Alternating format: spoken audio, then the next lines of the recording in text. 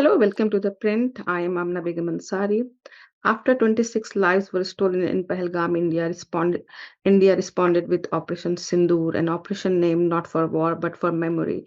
The name almost immediately became a talking point, and it felt like thoughtful choice. Sindoor isn't just a symbol of marriage; it carries with it the weight of a life shared, of everyday routine, of future imagined together. In choosing that name, it was as if the country was saying this wasn't just about 26 death; it was about the people they left behind, and quite invisible way their life were torn apart too.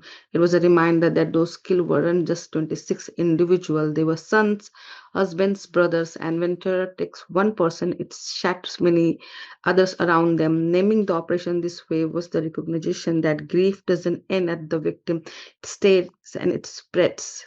Alongside the name of the operations, the also drawing attention across India is who was chosen to speak about it. Colonel Sophia Qureshi from the Indian Army Signal Corps and the Wing Commander Vyomika Singh, a helicopter pilot in the Indian Air Force, led the official briefing. Both have had long respected career in armed force, but their presence at the forefront of Operation Sindoor was more than just a professional assignment.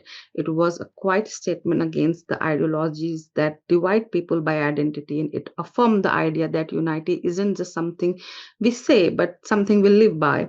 In a way, this was the most fitting response to what happened in Pahalgam.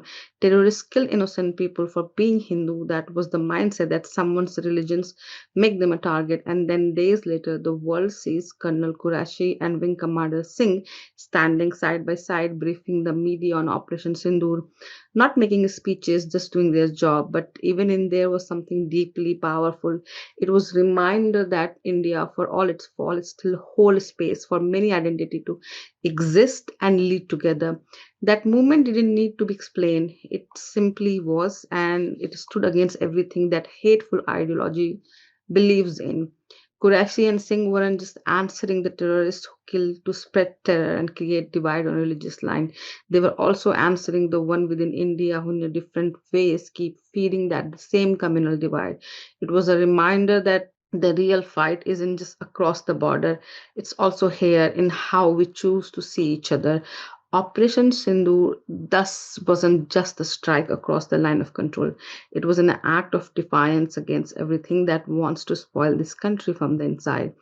And that's a real victory for the idea of India, uh, countering exclusion with inclusion and standing united in our fight for justice through a shared sense of belonging. The fact that two women led the joint briefing wasn't just a matter of representation, it was strong response to terrorists themselves.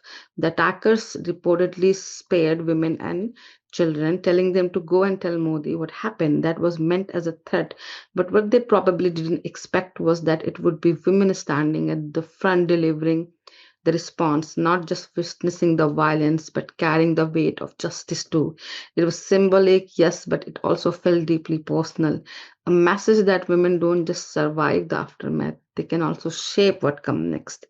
It's easy to talk about justice in numbers, that count the strike, count the days, but sometimes justice is also in small things that follows, in who gets to speak, in who refuses to be reduced to fear, in the way the country chooses to respond, not just with firepower, but with clarity about who we are and who we refuse to become.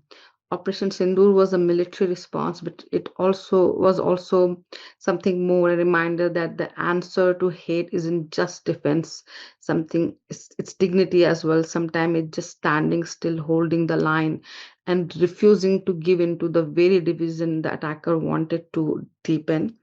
And in that sense, Colonel Qureshi and Wing Commander Singh briefing together said more than any statement could. Two women, two identity, two uniform. Together they become the image that stayed. And maybe that's the real message that they carried. The most powerful thing they can do in the face of the hate and terror is to not become what it wants us to be. For more video, keep watching The Print.